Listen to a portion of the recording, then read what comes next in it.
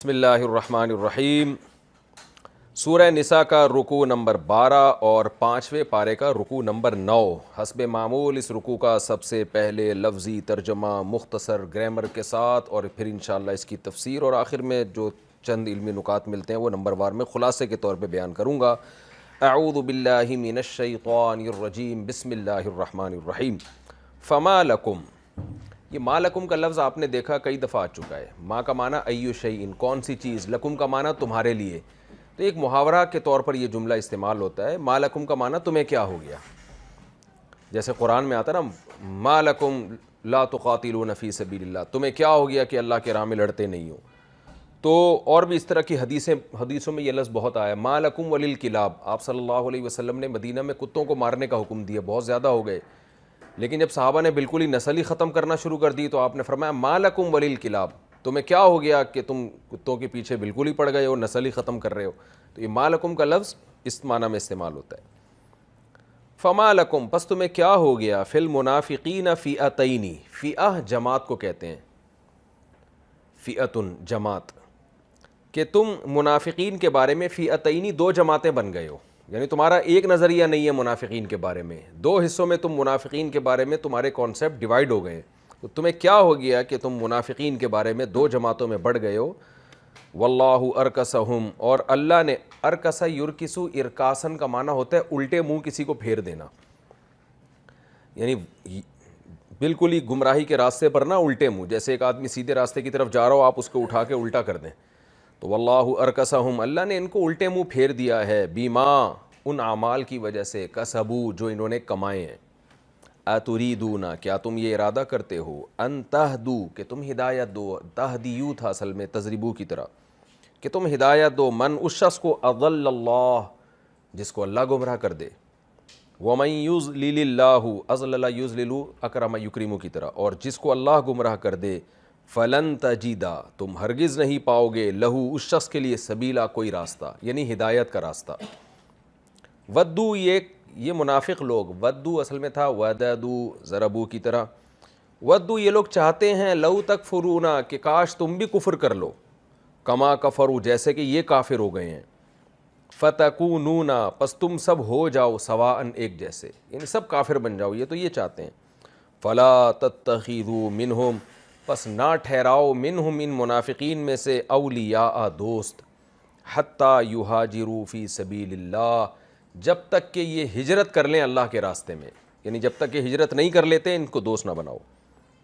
فَإِن تَوَلَّوْا، تولو کئی دفعہ آ چکا ہے، ان کا معنی اگر، پس اگر یہ پیشکش سے اعراض کریں یعنی ہجرت نہ کریں، فخذوہم، تو ان کو پکڑو، خذ کا معنی پکڑنا، خذو جمع کا صیغہ ہے، خذوہم، ان کو پکڑو، وقتلوہم، ان کو قتل کرو، حیث وجدتموہم، وجدتا موجود پانا، وجدتم جمع کا صیغہ ہے، جب آگے ہم ضمیر لگتی ہے تو واو بڑھ جاتا ہے اس میں، وجدتم ہو کو پڑھتے ہیں وجدتموہم، یعنی ضربتم کو پڑھتے ہیں ضربتموہم، وجدتموہم، ان کو قتل کرو جہاں تم ان کو پاؤ، ولا تتخذوا منہم، اور مت ٹھہراؤ ان میں سے، ولین، کوئی دوست، ولا نصیرا، اور کوئی مددگار، الا الذین، سوائے ان لوگوں کے، ان کو قتل مت کرو، ان کو بخش دو، کن لوگوں کے، یصلون، وصل یصلو، اصل میں تھا وصل یوصلو، اس کا معنی ہوتا ہے ملنا، ہم کہتے ہیں نا فلاں کا وصال ہو گیا ہے، کیا مطلب، یہ کانسیپٹ پیش کیا جاتا ہے کہ ان کا، وہ اللہ سے ان کی ملاقات ہو گئی ہے اور آپ کا ایک پارسل موصول ہوا ہے، لوگ کہتے ہیں نا جی آپ کی ایک کتاب موصول ہوئی ہے، آپ کا خط موصول ہوا، تو وصل کا معنی ملنا، یصلون کا اصل میں تھا یہ وصل یوصلو وصولاً، یوں آتا ہے یہ، تو یوصلو کو پڑھتے ہیں یصلو، الا الذین یصلون، سوائے ان لوگوں کے جو ملے ہوئے ہوں، الی قوم، ایک ایسی قوم کی طرف، بینکم و بینہم میثاق، تمہارے اور اس قوم کے درمیان ایک مضبوط ایگریمنٹ ہو، تمہارے اور کسی قوم کے درمیان ایک مضبوط ایگریمنٹ ہے، یعنی جنگ بندی کا ایگریمنٹ ہوا ہے، تو ان دشمنوں میں سے کوئی اس قوم کے ساتھ اگر مل جاتا ہے تو وہ بھی اس ایگریمنٹ میں شامل ہو جاتا ہے، تو ان کو قتل مت کرو۔ او جاؤکم، اسی طرح سوائے وہ لوگ بھی، یعنی وہ بھی مستثنی اس قتل سے اور لڑائی سے اور جنگ سے، او یا وہ لوگ بھی مستثنی ہیں، جاؤکم، جو تمہارے پاس آئیں، حصیرت صدورہم، حسر کہتے ہیں تنگ ہونا، لوگ کہتے ہیں نا حصار کھینچ لیا ہے ہم نے، یعنی ایک باؤنڈ کر دیا ہے اپنے آپ کو ہم نے، تو محاصرہ کر لیا ہے، یعنی تنگ کر لیا ہے، چاروں طرف سے گھیر لیا ہے. تو حصیرہ یحصرو کا معنی ہوتا ہے تنگ ہونا. تو حصیرت صدورہم، وہ لوگ جن کے سینے تنگ ہوتے ہیں، صدر سینے کو کہتے ہیں اور صدور اس کی جمع آتی ہے، جن کے سینے اس بات سے تنگ ہوتے ہیں ان یقاتلوکم، کہ وہ قتال کریں تم سے، یعنی جو تم سے قتال نہیں کرنا چاہتے، لڑنا نہیں چاہتے ہیں، تو وہ بھی مستثنیٰ ہیں، ان سے بھی تم مت لڑو. یعنی ان کے سینے تنگ ہوتے ہیں اس بات سے کہ وہ تم سے قتال کریں، او یقاتلوا قومہم، یا وہ اپنی قوم سے قتال کریں، یعنی وہ تمہاری طرف ہو کے اپنی قوم سے بھی نہیں لڑنا چاہتے اور اپنی قوم کی طرف ہو کے تم سے بھی نہیں لڑنا چاہتے. تو اس قسم کے نیوٹرل لوگ جو ہیں وہ بھی مستثنیٰ ہیں، یعنی مستثنیٰ کا معنی اس جہاد کے حکم سے خارج ہے. وَلَوْ شَاءَ اللَّهُ، اور اگر اللہ چاہتا، لَسَلَّطَهُمْ، لام تاکید کے لیے، سلطہ کا معنی مسلط کرنا، سبح یسبح تسبیحاً، سلط یسلط تسلیطاً، مسلط کرنا کسی کو، اردو میں لفظ استعمال ہوتا ہے. اگر اللہ چاہتا، لسلطہم، ان لوگوں کو، یعنی جو نیوٹرل قسم کے لوگ ہیں، ان کو مسلط کر دیتا، علیکم، تم پر، فلقاتلوکم، فات کا معنی تو لام تاکید کے لیے، قاتلو ضاربو کی طرح، کم کا معنی تمہیں، اللہ اگر چاہتا تو ان کو تم پر مسلط کر دیتا، فلقاتلوکم، تو یہ بھی تم سے ضرور لڑتے، لیکن اللہ نے ان کو نیوٹرل بنا دیا، یہ لڑائی کے قابل، یہ لڑائی نہیں چاہتے، تو یہ گویا اللہ کا ایک احسان ہے، تو اس احسان کا تقاضا یہ ہے کہ تم بھی ان سے مت لڑو. فَإِنِ اعْتَزَلُوكُمْ، پس اگر، اصل میں تھا ان اعتزلوا، ان اکتسبوا، اکتسبوا کی طرح ہے، ملا کے پڑھیں گے ان اعتزلوا، الف سائلنٹ ہو گیا. فَإِنِ اعْتَزَلُوا، اعتزال کا معنی کنارہ کشی اختیار کرنا. فَإِنِ اعْتَزَلُوكُمْ، پس جب انہوں نے کنارہ کشی اختیار کر لی ہے تم سے، فَلَمْ يُقَاتِلُوكُمْ، اور یہ لڑے بھی نہیں ہیں تم سے، وَأَلْقَوْا إِلَيْكُمُ السَّلَمَ، القا یلقی القاءً کا معنی ڈال دینا، اور ڈال دی ہے انہوں نے، الیکم، تمہاری طرف، السلم، سلامتی، یعنی صلح. سلم صلح کی پیشکش کو کہا جاتا ہے، کہ انہوں نے جب تمہاری طرف صلح پھینک دی ہے اور صاف کہہ دیا کہ ہم نہیں لڑنا چاہتے، اور تم سے کنارہ کشی بھی اختیار کر لی ہے اور تم سے لڑے بھی نہیں ہیں یہ اب تک، فما جعل اللہ لکم، تو نہیں بنایا اللہ نے، لکم تمہارے لیے، علیہم ان کے اوپر، یعنی ان کے خلاف، سبیلا کوئی راستہ، یعنی پھر تمہیں ان کی طرف جانے کا، ان کو نقصان پہنچانے کا اللہ نے کوئی راستہ نہیں چھوڑا ہے، ان کو تمہیں چھوڑنا پڑے گا. ستجدون، لیکن، سا کا معنی عن قریب، تجدون تم پاؤ گے، وجد یوجدو کو پڑھا جاتا ہے یجدو، تو توجدو تم پاؤ گے، موجود پاؤ گے، ستجدون تم موجود پاؤ گے، آخرین کچھ دوسرے لوگوں کو. ایک ہوتا ہے آخر، اس کا یہ ہے ضاربن کی طرح، لاسٹ والا، اور ایک ہوتا ہے آخر، یہ ہے اضربو کی طرح، اصل میں تھا اخرو، دوسرے، ایک کے مقابلے میں دوسرا. تو آخرو کی مؤنث آتی ہے اخرا اور جمع آتی ہے آخرین، اور اخرا کی مؤنث آتی ہے اخر، یہ بتا چکا ہوں میں. ستجدون آخرین، عن قریب تم پاؤ گے دوسروں کو، یعنی ان کے علاوہ کو، یہ تو نیوٹرل ہیں، ان کے علاوہ بھی بہت سے غیر مسلم ہیں جن کو تم پاؤ گے، یعنی منافقین ہیں جن کو تم پاؤ گے. کیا پاؤ گے؟ یریدون، کہ وہ ارادہ کرتے ہیں، ان یأمنوکم، امین یأمنو کا معنی بے خوف ہو جانا، امن سے نکلا ہے، بے خوف، کہ وہ بے خوف ہو جائیں، کم تم سے بھی، وَيَأْمَنُوا قَوْمَهُمْ، اور بے خوف ہو جائیں اپنی قوم سے بھی. یعنی وہ چاہتے ہیں کہ ادھر سے بھی ہمیں نقصان نہ ہو اور ادھر سے بھی ہمیں نقصان نہ ہو، لیکن اس کے لیے طریقہ ان کا کیا ہوتا ہے؟ کلما، جب بھی، ردو، وہ لوٹائے جاتے ہیں، ردو اصل میں تھا رودی دو، زوری بو کی طرح، رد کرنا، جب بھی لوٹائے جاتے ہیں، الی الفتنتی، فتنے کی طرف، یعنی جہاں ان کو موقع ملتا ہے نا تمہیں نقصان پہنچانے کا، تو جب بھی وہ فتنے کی طرف لوٹائے جاتے ہیں، ارکسو فیہا، اوندھے منہ چلے جاتے ہیں، فیہا اس فتنے میں، الٹے منہ. کیا مطلب؟ ایک اچھے سیدھے راستے پہ جا رہے ہیں، جیسے ہی فتنے کا موقع ملا تو یو ٹرن لے لیتے ہیں فوراً وہ. تو ایسے نالائق لوگ بھی ہیں کہ وہ صلح کا بنیادی مقصد، کیونکہ یہ تفسیر ترجمہ سمجھانے کے لیے بھی ضروری ہے، اس لیے میں درمیان میں تھوڑی تھوڑی تفسیر کر رہا ہوں تاکہ ترجمہ بھی دماغ میں بیٹھ جائے، کہ یعنی وہ ایسا راستہ اختیار کرتے ہیں کہ مقصد تو ان کا یہی ہے کہ جہاں موقع ملے آپ کو نقصان پہنچائیں، لیکن جب دیکھتے ہیں کہ آپ پاورفل ہو تو آپ کی طرف گئے ہوئے ہیں، جب دیکھتے ہیں کہ ہماری اپنی قوم پاورفل ہے تو ان کی طرف ہو جاتے ہیں. یعنی وہاں سے بھی پیڑے کھانے اور یہاں سے بھی پیڑے کھانے ہیں. وہ حقیقت میں نیوٹرل نہیں ہے، بلکہ ان کا نیوٹرل ہونا محض اپنے مفاد میں ہے. یہی وجہ ہے کہ جہاں ان کو تمہیں نقصان پہنچانے کا موقع ملے تو پھر وہ فوراً نقصان پہنچاتے ہیں. ان کا حکم کیا ہے؟ فَإِن لَمْ يَعْتَزِلُوكُمْ، پس اگر لم یعتزلوا، لم کا معنی ماضی میں نہیں، لم یعتزلوا، اعتزل یعتزلوا کا معنی وہی کنارہ کشی اختیار کرنا. پس اگر انہوں نے تم سے کنارہ کشی اختیار نہیں کی ہے، تمہیں نقصان پہنچانے کی کوشش کی ہے، وَيُلْقُوا إِلَيْكُمُ السَّلَمَ، یلقو کا معنی ہے ڈال دی ہے، الیکم تمہاری طرف، سلم صلح کو، لیکن اس کا عطف ہو رہا ہے، لم سے اس کا تعلق ہے، یعنی لم یعتزلوا ولم یلقوا.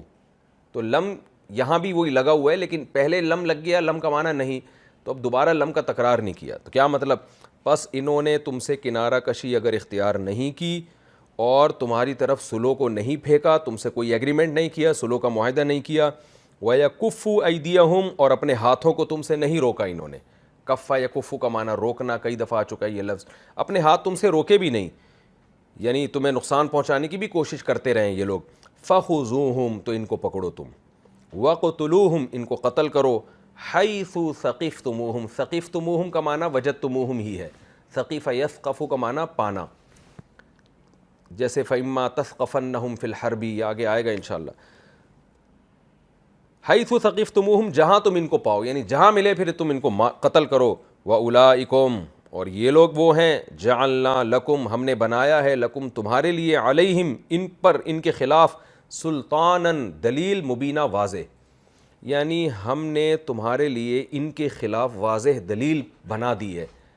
کیا مطلب؟ ان کو نقصان پہنچانے کی تمہارے پاس واضح دلیل موجود ہے کہ یہ 2 نمبر لوگ ہیں، یہ اپنے مفاد میں تم سے دوستی لگاتے ہیں، جہاں موقع ملتا ہے تمہیں نقصان پہنچاتے ہیں، اور یہ کر چکے ہیں یہ. تو یہ ان کا تمہیں نقصان پہنچانے کی کوشش کرتے رہنا، یہ واضح دلیل ہے جو ہم نے پیدا کر دی ہے تمہارے لیے ان کے خلاف، یعنی ان کو اب تم نقصان پہنچا سکتے ہو، اس کے لیے اتنی دلیل کافی ہے. جب یہ پیش کریں گے نا کہ ہمیں کیوں نقصان پہنچایا جا رہا ہے، تو تم یہ دلیل دے سکتے ہو کہ اللہ نے ہمیں اجازت دی ہے، اور تمہارا 2 نمبر ہونا یہ ماضی کے واقعات سے ثابت ہے. اور تمہارے اس ایگریمنٹ اور تمہارے یہ جو ہمارے ساتھ پاس گھننے بن کے آتے ہو اور ایسے چپ چاپ بیٹھے رہتے ہو، تو یہ اس کی علامت ہے کہ محض یہ تم اپنے مفاد کے لیے کر رہے ہو. یہ رکوع مختصر تھا، یہاں کمپلیٹ ہوا. اس کی تفسیر میں انشاءاللہ آپ کے سامنے پیش کرتا ہوں. ہوا یہ کہ رسول اللہ صلی اللہ علیہ وسلم کے پاس کچھ لوگ آئے، ہجرت یعنی اسلام قبول کیا انہوں نے. وہ حقیقت میں منافق تھے، دل سے مسلمان نہیں ہوئے تھے وہ منافق. لیکن کیا ہے کہ وہ مکہ سے آئے تھے اور پھر دوبارہ مکہ چلے گئے واپس. اس وقت ہجرت کی آیتیں نازل ہو چکی تھیں اور مسلمانوں کو حکم یہ تھا کہ جو مشرکین کے درمیان میں رہے گا ہم اس کو کافر ہی سمجھیں گے. یہ ایک ظاہری علامت تھی اسلام کی کہ وہ رہتا کہاں ہے، دارالاسلام میں یا دارالکفر میں. الا یہ کہ کوئی مجبور ہو، مجبوری کی وجہ سے مکہ سے ہجرت نہ کر سکتا ہو، جیسے کہ قرآن نے بھی بتایا کہ کچھ لوگ کمزور ہیں، بوڑھے، عورتیں، بچے، وہ نہیں ہجرت کر سکتے. لیکن ایک نارمل آدمی جو صحت مند ہے وہ اگر مکہ میں رہے گا تو وہ بے شک اپنے آپ کو زبان سے مسلم کہے گا، لیکن یہ حکم یہ تھا کہ ہم ایک ظاہری علامت ہے، کیونکہ اب اندر سے تو نہیں کسی کو دیکھا جا سکتا کہ یہ اندر سے مومن ہے یا کافر ہے، تو ظاہری علامتوں سے ہی ایک اسلامی حکومت کو، اسلامی ریاست کو پتہ چلتا ہے. تو اس وقت چونکہ ہجرت فرض ہو چکی تھی تو حکم یہ تھا کہ جو شرعی عذر کے بغیر مکہ میں رہے گا تو ہم اس کو بہرحال کافر ہی سمجھیں گے. اس کی مثال ایسے ہے کہ ایک آدمی دل میں مسلمان ہو لیکن زبان سے اپنے آپ کو وہ کافر کہتا ہو، تو ہم اس کو کافر ہی سمجھیں گے، اس لیے کہ ہم تو زبان کے مکلف ہیں. تو اقرار باللسان یا زبان سے شہادت دینا، یہ اس کی علامت ہوتی ہے کہ یہ دل سے واقعی مسلمان ہے کہ نہیں ہے. تو منافقین کیا تھے؟ وہ آئے اور نبی کو، کیونکہ مدینہ میں ان کو ڈر تھا کہ ہم جب غیر مسلم ہیں تو پھر ہمارے ساتھ وہی معاہدے ہوں گے صلح کے اور ہمارے ساتھ جنگ بھی ہو سکتی ہے. یہاں کہ انہوں نے کہا کہ ہم تو مسلمان ہیں، اور پھر تجارت کا بہانہ کر کے کہ ہمیں مکہ میں تجارت کرنی ہے، دوبارہ سے مکہ میں ہی سیٹل ہو گئے. وہ تھے حقیقت میں منافق، اللہ کے علم میں یہ بات تھی کہ یہ مسلم نہیں ہے. تو صحابہ کی پھر 2 جماعتیں بن گئی. بعض صحابہ نے کہا کہ یہ مسلم ہے، ہمیں ان سے نہیں لڑنا چاہیے، مکہ میں جب ہم حملہ کریں گے تو ان سے ہماری لڑائی نہیں ہونی چاہیے، اور یہ وہاں سے کبھی آتے ہیں کیونکہ ہمارا کوئی ایگریمنٹ تو ہے نہیں ان سے. تو جب ظاہر ہے دارالحرب میں کوئی رہتا ہے جنگی علاقے میں اور بغیر ایگریمنٹ کے آ جائے تو پھر اسے قتل کرنا اس کے لیے جائز ہے. آج بھی ساری دنیا میں ایسا ہی ہوتا ہے کہ آپ بارڈر اگر بغیر کسی ایگریمنٹ کے ویزا بنائے بغیر آپ کسی ملک کا بارڈر کراس کریں تو اس ملک کی آرمی کو اجازت ہوتی ہے کہ وہ آپ کو اریسٹ بھی کر سکتی ہے اور آپ کو قتل بھی کر سکتی ہے. تو اس زمانے میں بھی یہی قانون تھا کہ اگر مکہ کا ایک بارڈر ہے اور مدینہ کا ایک الگ بارڈر ہے، مدینہ دارالاسلام ہے، مکہ دارالکفر ہے، وہاں سے یہاں کوئی بغیر ایگریمنٹ کے آئے گا، کوئی تجارت کے ایگریمنٹ کیے بغیر، تو مسلمانوں کے لیے اس کا قتل حلال ہے. لیکن ان منافقین کے بارے میں صحابہ کی دو رائے بن گئی. بعض صحابہ نے کہا کہ بھئی یہ مسلمان ہیں کیونکہ یہ اپنے آپ کو منہ سے مسلمان کہہ رہے ہیں. بعض نے کہا نہیں بھائی، منہ سے کہنے پر تو کوئی بھی کہہ سکتا ہے، ان کی علامتوں سے تو یہی لگ رہا ہے کہ یہ کافر ہیں. تو اس پہ قرآن مجید کی طرف سے تنبیہ نازل ہوئی. فرمایا فما لکم، اے صحابہ، فما لکم فی المنافقین فئتین، تمہیں کیا ہو گیا کہ تم منافقین کے بارے میں دو جماعتوں میں بٹ گئے ہو؟ کیا مطلب؟ ان کے بارے میں ایک ہی قول ہونا چاہیے کہ یہ کافر ہیں، یہ کافر ہیں، یہی قول ہونا چاہیے تمہارا سب کا، اور تمہیں ان سے جب لڑائی کا موقع ملے تو لڑائی کرنی ہے. یعنی اللہ نے گویا تعجب کا اظہار کر کے تنبیہ فرمائی کہ یہ کوئی ایسی بات نہیں ہے جس میں دو حصوں میں تم بڑھ جاؤ. صاف طور پہ پتہ چل رہا ہے کہ مدینہ میں یہ آرام سے رہ سکتے ہیں، ان کے پاس وسائل بھی ہیں، پھر بھی مدینہ کو چھوڑ کر غیر مسلموں کے پاس جا کے رہنا جبکہ ہجرت فرض ہو چکی ہے، تو یہ صرف اپنے مفاد میں ہے. یہاں آئے تھے تو اپنے مفاد کے لیے انہوں نے یہ کہا تھا. تو اس لیے اللہ نے فرمایا تمہیں کیا ہو گیا کہ تم منافقین کے بارے میں، یعنی خاص منافقین کی بات ہو رہی ہے، یہ ہر منافق کی بات نہیں ہو رہی. یعنی وہ منافق جس کی ظاہری علامات سے واضح پتہ چل جائے کہ یہ حقیقت میں مومن نہیں ہے.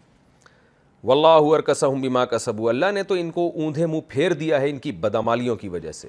کیا مطلب؟ ان کی بدعملی کیا تھی کہ یہ دل سے مسلمان نہیں ہوئے تھے، مسلمانوں کو دھوکہ دے رہے تھے، تو اللہ نے ان کو اوندھے منہ پھیر دیا اسی کفر کی طرف. یعنی ظاہری طور پر بھی اللہ نے ان کو دکھا دیا ہے کہ یہ کافر ہیں.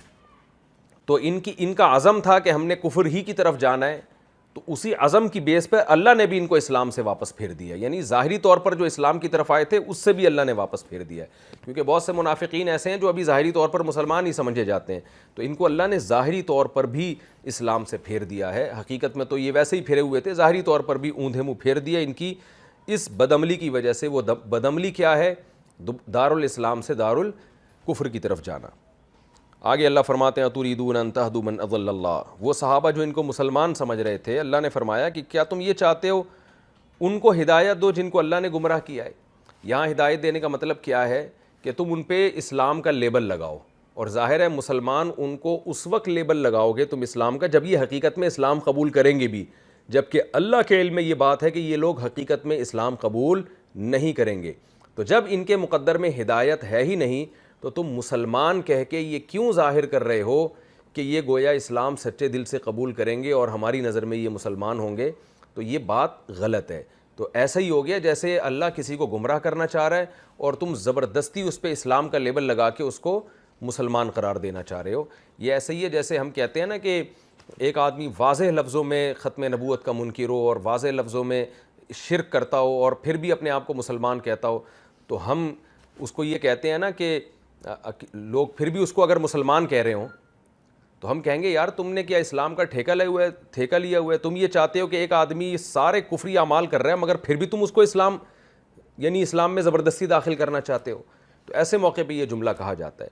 جیسے ایک آدمی حقیقت میں مسلمان ہو اور ہم ذرا سی چھوٹی چھوٹی چیزیں نکال کے اس کو کافر بنا رہے ہوں، کافر قرار دے رہے ہوں، تو ایسے موقع پہ کیا لوگ تانا دیتے ہیں کہ یار جہنم کے تم ٹھیکیدار بنے ہوئے ہو، تم زبردستی ایک آدمی کو گمراہ بنانا چاہتے ہو. تو کیا مطلب؟ گمراہی کا لقب دینا چاہتے ہو. تو یہاں بھی یہی ہے کہ تم یہ چاہتے ہو کہ تم ہدایت دو ان لوگوں کو جن کو اللہ نے گمراہ کر دیا، یعنی تم زبردستی ان پہ اسلام کا لیبل لگاؤ جن کو اللہ نے واضح طور پہ گمراہ کر دیا ہے ان کی بدعمالیوں کی وجہ سے. وَمَن يُضْلِلِ اللَّهُ، جس کو اللہ گمراہ کر دے، فَلَن تَجِدَ لَهُ سَبِيلًا، تو اے مخاطب تو ہرگز اس کے لیے کوئی راستہ نہیں پائے گا. اور اللہ گمراہ کرنے میں ظالم نہیں ہے، ان کی بدعمالیوں ہی کی وجہ سے اللہ گمراہ کرتا ہے. آگے اللہ نے فرمایا یہ نہ صرف کافر ہیں بلکہ یہ چاہتے ہیں کہ تم بھی کافر ہو جاؤ. تو ایسے پکے کافروں کے بارے میں تو دو کانسیپٹ، دو نظریے نہیں ہونے چاہیے. ودوا لو تکفرون، یہ تو چاہتے ہیں کہ کاش تم بھی کافر بن جاؤ، کما کفروا، جیسے کہ یہ کافر ہیں، فتکونون سواء، پس تم سب ایک جیسے بن جاؤ، فلا تتخذوا منہم اولیاء، پس تم ان میں سے کسی کو دوست مت بناؤ، کیونکہ ان کی دوستی تمہیں ڈسے گی، یہ تمہیں ورغلائیں گے، دوبارہ کفر کی طرف لے کے جائیں گے، حتیٰ یہاجروا فی سبیل اللہ، جب تک کہ ان کے اسلام کی واضح دلیل تمہارے پاس نہیں آ جاتی۔ وہ واضح دلیل کیا ہے؟ مکہ چھوڑ کے ہجرت کر کے آ جائیں مدینہ منورہ۔ تو جو ہجرت کر کے پراپر طریقے سے مدینہ آ جائے گا تو ہم یہ سمجھیں گے کہ واقعی یہ اسلام کے دعوے میں سچا ہے۔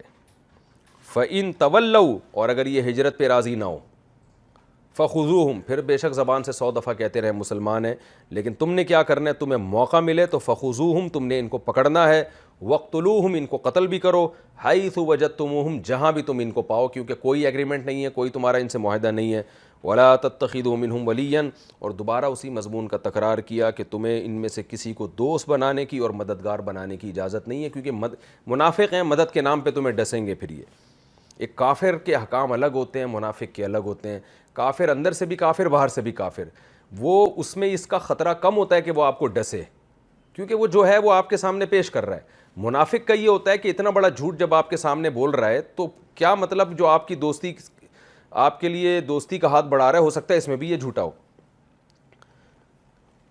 الا الذین یصلون، ہاں فرمایا وہ لوگ جن کا کسی قوم کے ساتھ، ایسی قوم کے ساتھ مل جائیں کہ تمہارا اور ان سے کوئی ایگریمنٹ ہو، جیسے بنی مدلج تھے جن کے بارے میں خاص طور پہ یہ آیتیں نازل ہوئی۔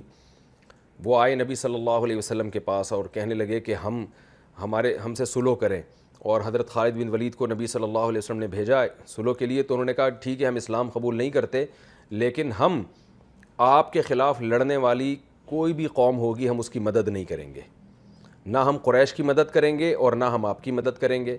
دوسری بات یہ کہ انہوں نے یہ بھی معاہدے میں کہا کہ اگر قریش مسلمان ہو جاتے ہیں تو ہم آپ سے ایگریمنٹ کرتے ہیں، پھر ہم بھی مسلمان ہو جائیں گے۔ ہم ابھی آپ کو دیکھ رہے ہیں، پرکھ رہے ہیں کہ کیا اسلام کیسا مذہب ہے، اگر یہ اللہ کا دین ہے، سچا مذہب ہے، تو آپ کی قوم اور قریش بھی ایک دن مسلمان ہو جائیں گے، تو ہمیں یہ موقع دیجیے پرکھنے کا۔ یعنی ان کا مقصد یہ تھا کہ اگر باقی قومیں اسلام قبول کر لیتی ہیں، کیونکہ نبی کا دعویٰ تھا نا آخری نبی ہوں، تو وہی جانتے تھے آخری نبی کی تو اللہ لازمی مدد کرے گا، اسلام کو دنیا میں غالب کرے گا۔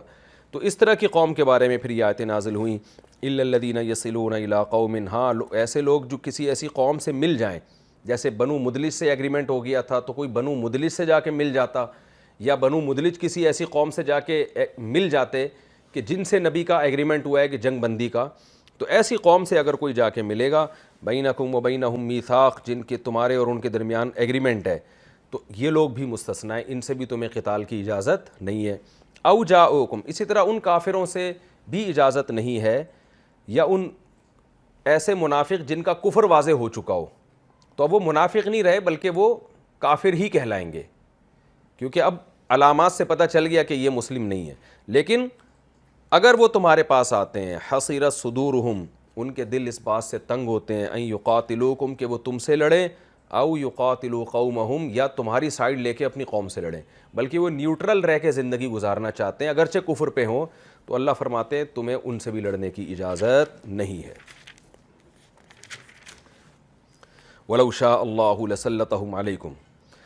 اب یہ جو دو قومیں ہیں، ایک قوم تو وہ ہے جو کسی سے بھی نہیں لڑنا چاہتے، نہ انہوں نے آپ سے کوئی ایگریمنٹ کیا، لیکن ان کے اعمال سے پتہ چلتا ہے بھائی وہ نہ آپ سے لڑنا چاہتے ہیں نہ آپ کے مخالفین سے، وہ نیوٹرل رہ کے زندگی گزارنا چاہتے ہیں۔ اور کچھ قومیں ایسی ہیں جو جنگجو ہیں، لڑاکا ہیں، لیکن انہوں نے ایسی قوم سے اتحاد کیا ہوا ہے کہ آپ کا اور اس قوم کی جنگ بندی کا معاہدہ ہوا ہے، تو وہ بھی اسی قوم میں حکماً شامل ہو جائے گی۔ تو یہ دو قسم کے لوگوں کے بارے میں اللہ فرماتے ہیں ان سے تم نے لڑنا نہیں ہے، اور اللہ مسلمانوں کو ترغیب دے رہے ہیں ایسے موقع پہ صلح کی اور جنگ بندی کی۔ اور ترغیب دینے میں کیا ارشاد فرمایا کہ دیکھو یہ اللہ کی نعمت ہے کہ اللہ نے ان کے دل میں تم سے لڑنے کی چاہت کو ختم کر دیا۔ تو جب اللہ کی نعمت ہے تو اس نعمت کی قدر کرو، تم بھی نہ لڑو، کیونکہ لڑائی بہرحال ایک فتنہ ہے، جہاں ان کے بندے مارے جائیں گے تمہارے بھی تو لوگ شہید ہوں گے، نقصان سب کا ہوتا ہے۔ تو اسلام بہرحال جنگ بندی کو، جنگ پر ترجیح دیتا ہے۔ نبی صلی اللہ علیہ وسلم کی صحیح حدیث ہے، آپ صلی اللہ علیہ وسلم نے فرمایا لا تتمنوا لقاء العدو، کہ دشمن سے لڑنے کی تمنا نہ کیا کرو، یعنی یہ دعائیں نہ مانگا کرو کہ اللہ بس جنگ ہو جائے۔ بلکہ اللہ سے عافیت مانگا کرو. آگے فرمایا فَإِذَا لَقِيتُمْ، لیکن اگر کسی مجبوری سے لڑنا پڑے اور اللہ کی طرف سے جنگ کے حالات بن جائیں، فَاصْبِرُوا، تو پھر صبر سے کام لو، خوب لڑو. اور وَاعْلَمُوا أَنَّ الْجَنَّةَ تَحْتَ ظِلَالِ السُّيُوفِ، اور یقین کر لو جنت تلواروں کے سائے میں ہے.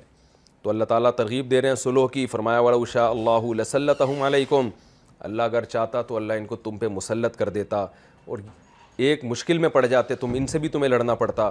فَلَقَاتَلُوكُمْ، تو یہ بھی تم سے لڑتے، لیکن اللہ نے ان کو مسلط نہیں کیا تم پر، ان کو ایسا بنایا کہ یہ نہیں لڑنا چاہ رہے.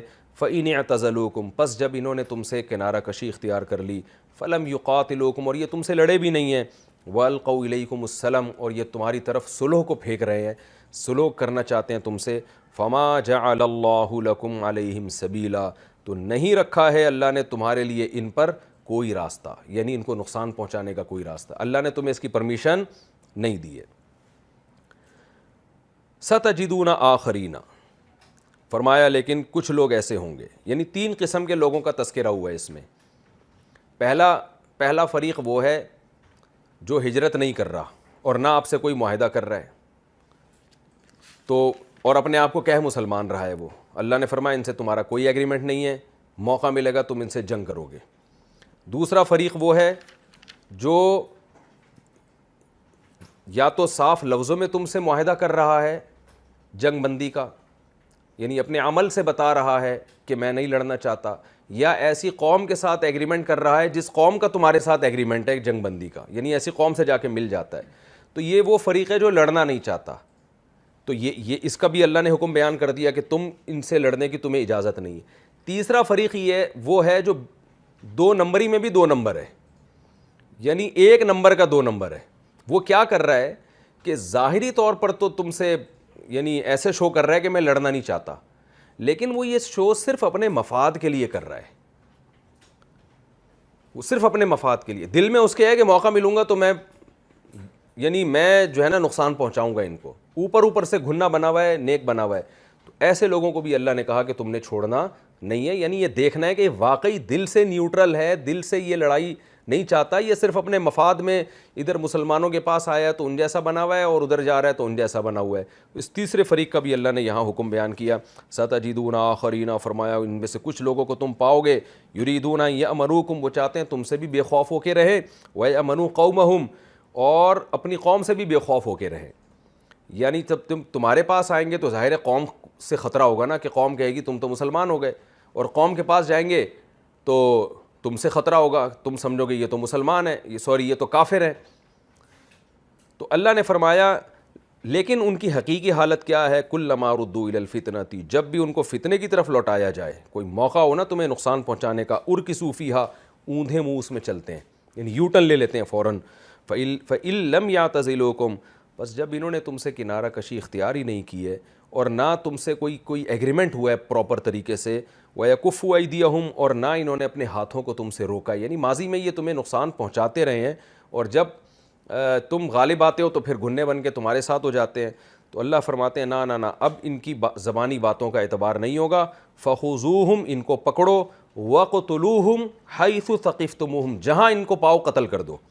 وَأُولَٰئِكُمْ جَعَلْنَا لَكُمْ عَلَيْهِمْ سُلْطَانًا مُبِينًا، اور یہ وہ لوگ ہیں کہ ہم نے تمہارے لیے ان کے خلاف واضح دلیل بنا دی ہے. یعنی بنا دی کا معنی، جالنا کا معنی پیدا کر دی ہے. واضح دلیل یہی ہے کہ ان کا ماضی بتا رہا ہے کہ یہ تم سے جو اچھی طرح سے ملتے ہیں، اس ملنے میں مخلص نہیں ہے، اپنے مفاد ہیں ان کے، ورنہ یہ تمہیں نقصان پہنچانے کی کوشش نہ کرتے. تو ایسے لوگوں کے بارے میں واضح دلیل اللہ نے پیدا کر دی ہے، اور اس کے بہت سارے واقعات ہیں. آپ جب تفسیر پڑھیں گے، سیرت پڑھیں گے انشاءاللہ تو واقعات آئیں گے کس طرح سے یہودیوں نے غداری کی. ادھر مسلمانوں سے ایگریمنٹ کرتے تھے کہ ہم قریش کا ساتھ نہیں دیں گے. بنو نذیر، بنو قریظہ کے واقعات ہیں. بنو قریظہ کے جو بہت سارے یہودی قتل ہوئے ہیں. آج ملحدین بڑا اعتراض کرتے ہیں کہ ایک دن میں مسلمانوں نے اتنے ہزار یہودیوں کو قتل کیا، تو یہ کیسے رحمت للعالمین ہے صلی اللہ علیہ وسلم. تو یہ وہ یہودیوں کو قتل کیا ہے جو ادھر مسلمانوں کے ساتھ ایگریمنٹ کر کے رہ رہے تھے کہ ہم آپ کے خلاف آپ کے دشمنوں کی بالکل مدد نہیں کریں گے، تاکہ مدینہ میں ہم آرام سے اپنا بزنس کریں، آرام سے کھائیں پئیں. لیکن جہاں موقع ملتا تو یہ فوراً جا کے نبی سے لڑنے والوں کی فوراً مدد شروع کر دیتے تھے. جب دیکھتے تھے ادھر پڑا بھالی ہے تو نبی صلی اللہ علیہ وسلم نے جب یہ دیکھا تو پھر آپ نے ان کا محاصرہ کیا اور پھر ان کو قرآن کی اس آیت کے مطابق جتنے ان کے مرد تھے ان کو قتل کر دیا گیا۔ تو یہ کوئی آپ صلی اللہ علیہ وسلم کے رحمت للعالمین ہونے کے منافی نہیں ہے۔ دنیا میں کوئی بھی ہوشیار اور جنگ کی ماہر قوم ہوتی وہ یہی کرتی ہے ایسے موقع پہ، کیونکہ جب اتنا بڑا دھوکہ ہو چکا ہے تو یہ آئندہ بھی پھر دیں گے، کچھ بھی کر سکتے ہیں، کوئی بھی نقصان پہنچا سکتے ہیں۔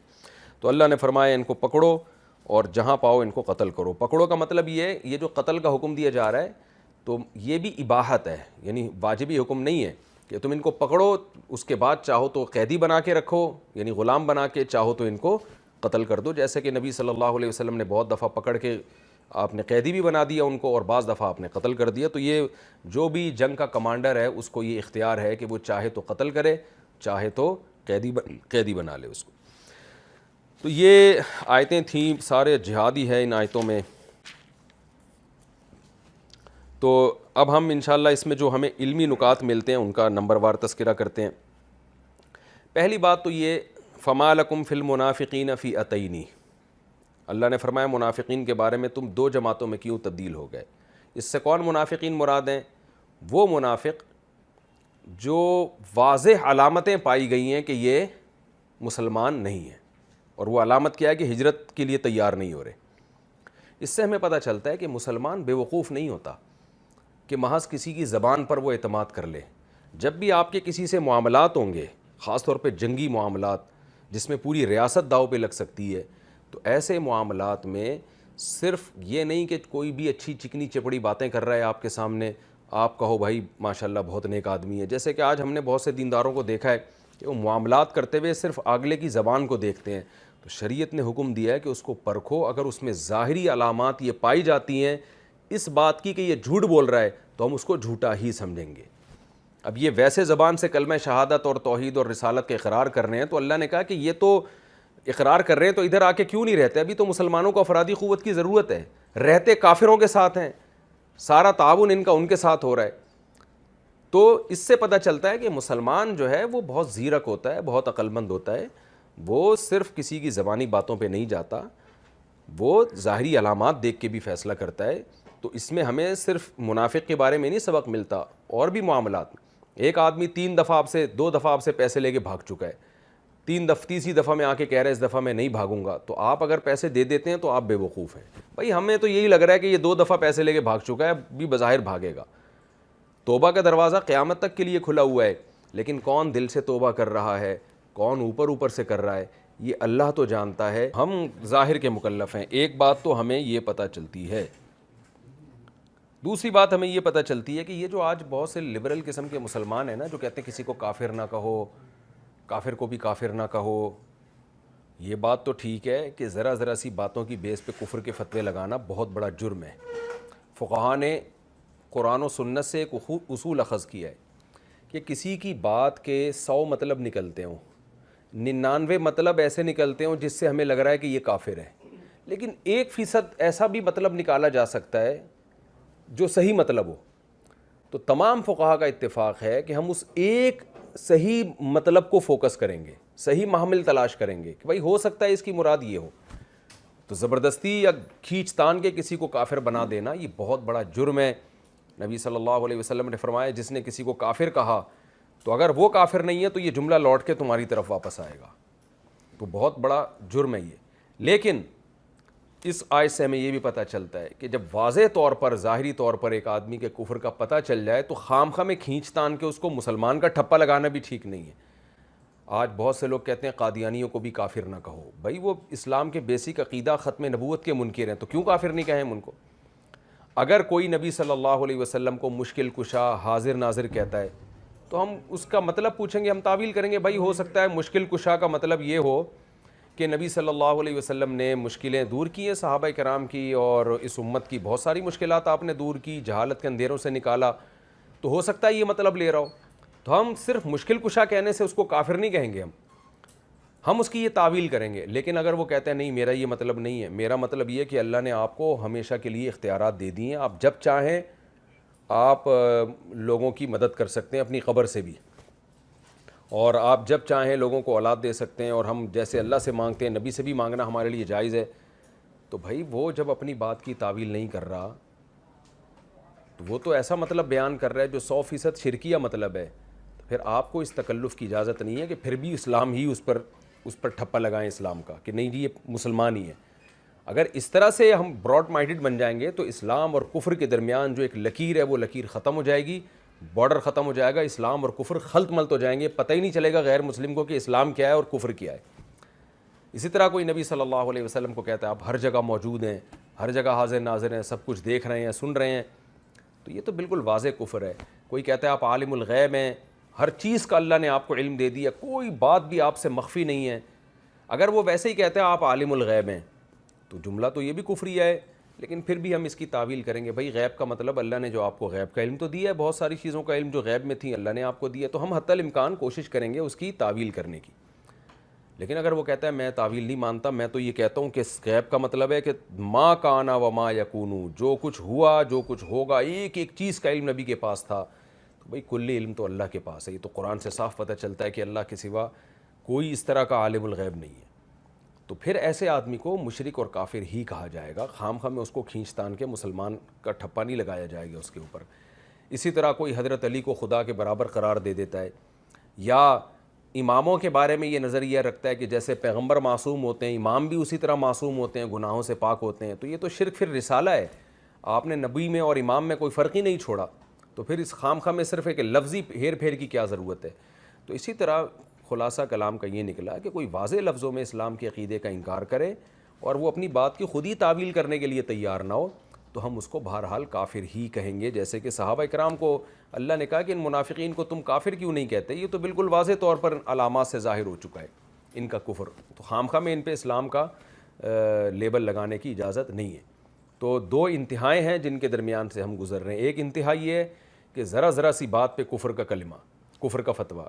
خواب میں ایک شخص نے اشرف علی رسول اللہ کہہ دیا, وہ خواب کی بات ہے, اور اسی خواب میں سے جب وہ جاگا ہے تو غیر اختیاری طور پہ اس کی زبان سے نکل رہا ہے, وہ منہ سے کہہ رہا ہے کہ میں دل سے ایمان نہیں رکھتا کہ اشرف علی رسول اللہ, میرے منہ سے غلطی سے نکل رہا ہے, نہ چاہتے ہوئے نکل رہا ہے. پھر آپ اس کو کہیں گے یہ گمراہ ہے اور یہ گویا ختم نبوت کے منکر ہیں, تو یہ بھی زیادتی ہے. میں نے بتایا کہ 100 مطلب 99 مطلب غلط نکل رہے ہوں, ایک مطلب صحیح نکل رہا ہو, تو اسلام کہتا ہے اس سے ایک مطلب کو, صحیح مطلب کو کی طرف پھیرو اس کی بات کو. کیونکہ کفر کا فتویٰ یا ختم نبوت کا انکار کسی کو کہہ دینا کہ یہ انکار کر رہا ہے, یہ بہت بڑی بات ہے. تو یہ جیسے حدیث میں آتا ہے نا کہ ایک شخص کی سواری گم گئی تھی, اچانک جب سواری ملی ہے, بخاری مسلم کی حدیث ہے, تو وہ جوش میں آ کے کہتا ہے, اللہ خوشی میں کہتا ہے کہ اللہ تو میرا بندہ میں تیرا خدا. حدیث میں آتا ہے اخطأ من شدت الفرح, خوش اتنا ہو گیا تھا کہ الٹا نکل گیا اس کی زبان سے. تو پتہ یہ چلا کہ بھئی غلطی کبھی خوشی میں بھی ہوتی ہے, کبھی غم میں بھی ہوتی ہے, کبھی وسوسے کی بیس پہ بھی ہوتی ہے, کبھی خوف مسلط ہو جاتا ہے. ان بیسس پر اگر زبان سے کوئی ختم نبوت کا لفظ غلط نکل جائے, یا کوئی اشرف علی رسول اللہ کہہ دے, یا اللہ کو اپنا بندہ کہہ دے اور خود کو یعنی اللہ کہہ دے, تو یہ سب غلطیاں سے اگر ہو رہا ہے اور اس کی ظاہری علامات بھی پائی جاتی ہیں, تو پھر اس پہ کفر کے فتوے نہیں لگیں گے, بلکہ اس کو اگنور کیا جائے گا. لیکن کوئی واضح لفظوں میں کہہ رہا ہو, تعویل کرنے کے لیے تیار نہ ہو, وہ خود کہہ رہا ہو بھائی میرا یہی مطلب ہے جو میں بیان کر رہا ہوں, تو پھر اس کو بھی مسلمان نہیں کہا جائے گا. تو ان دو انتہاؤں کے درمیان جو یہ اعتدال کا راستہ ہے جو میں نے آپ کو بیان کیا. قرآن نے ہمیں یہ بھی حکم دیا کہ ایسے لوگوں کو دوست نہ بناؤ, یعنی جو مفاد پرستی کا شکار لوگ ہوتے ہیں وہ دوستی بنانے کے قابل نہیں ہوتے, وہ تمہیں ڈس لیں گے. تو ہمیں اس سے عام زندگی گزارنے میں بھی یہ سبق ملتا ہے کہ ہمیں دوست انہی لوگوں کو بنانا چاہیے جو کردار کے لحاظ سے ایک نمبر ہوں, جیسے اندر سے ہیں ویسے ہی باہر سے. اگر آپ کو علامات سے پتہ چل گیا یہ آدمی 2 نمبری کرتا ہے تو کنارہ کشی اختیار کریں اس سے. اس میں ہجرت کی اہمیت بھی بیان ہوئی. نبی صلی اللہ علیہ وسلم کے دور میں تو ہجرت فرض تھی. آج اگر کوئی غیر مسلم کنٹری میں رہتا ہے تو علماء کہتے ہیں اس صورت میں اس کے لیے رہنا جائز ہے کہ جب وہ اپنے دین اور ایمان کی حفاظت کر سکے. اگر وہ دین اور ایمان کی حفاظت نہیں کر سکتا وہاں رہ کر, تو اس پر اسلامی ریاست میں ہجرت کرنا فرض ہے. لیکن یہ ہجرت وہ والی ہجرت نہیں ہوگی جو مکہ سے مدینہ تھی, کیونکہ اس وقت تو کفار کے درمیان رہنا اس کی علامت تھی کہ یہ خود کافر ہے. آج کافروں کے درمیان میں رہنا اس کی قطعاً علامت نہیں ہے کہ یہ خود بھی کافر ہے. تو ایسا نہ ہو کہ کوئی امریکہ میں کوئی UK میں رہتا ہے, آپ کہیں چونکہ تم کافروں میں رہتے ہو تو تمہارا زبان سے ایمان معتبر نہیں ہے. تو یہ آج کہنا ہمارے لیے ممکن نہیں ہے. بڑے بڑے مخلص لوگ بھی غیر مسلم ملکوں میں رہ رہے ہیں. تو یہ نبی کے دور کے ساتھ یہ خاص تھا کیونکہ اس وقت مسلمانوں کو افرادی قوت کی ضرورت تھی, اور جو مکہ میں رہنے والے غیر مسلم تھے وہ مسلمانوں کو اسلام پہ عمل بھی نہیں کرنے دے رہے تھے, اور ایک الگ ریاست مسلمان بنانا چاہتے تھے. تو اس وقت اسلام نے حکم دیا تھا کہ مکہ سے لازمی مدینہ ہجرت کرنی ہے, الا یہ کہ کوئی معذور ہو. تو اگر وہ نہیں کرتا تو ہم فرق نہیں کریں گے, ہم اس کو غیر مسلم ہی سمجھیں گے. تو یہ آج کا حکم نہیں ہے.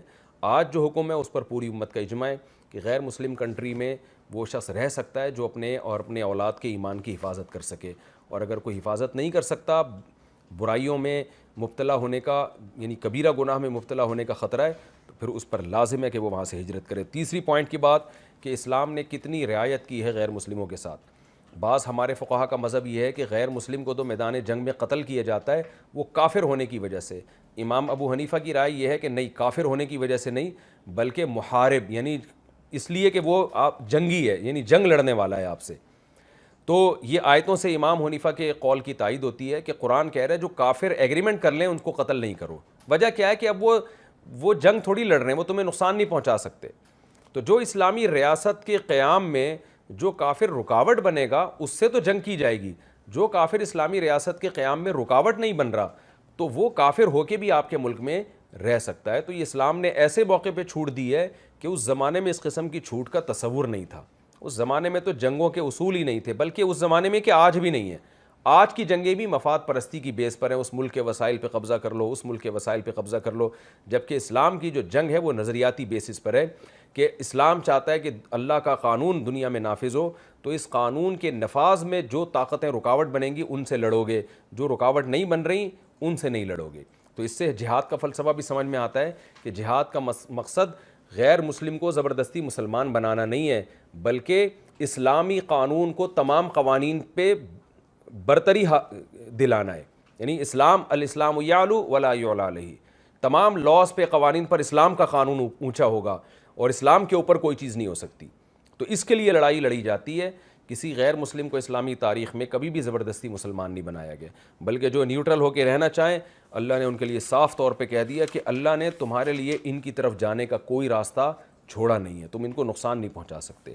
اللہ تعالی ہمیں سمجھنے کی اور عمل کرنے کی توفیق عطا فرمائے. اگلے ایپیسوڈ میں انشاءاللہ سورہ نساء کا رکوع نمبر 13 اور 5ویں پارے کا رکوع نمبر 10 آپ کے سامنے انشاءاللہ میں پیش کروں گا, اس کا ترجمہ وغیرہ جو بھی ہماری ترتیب ہوتی ہے. وما علینا الا البلاغ.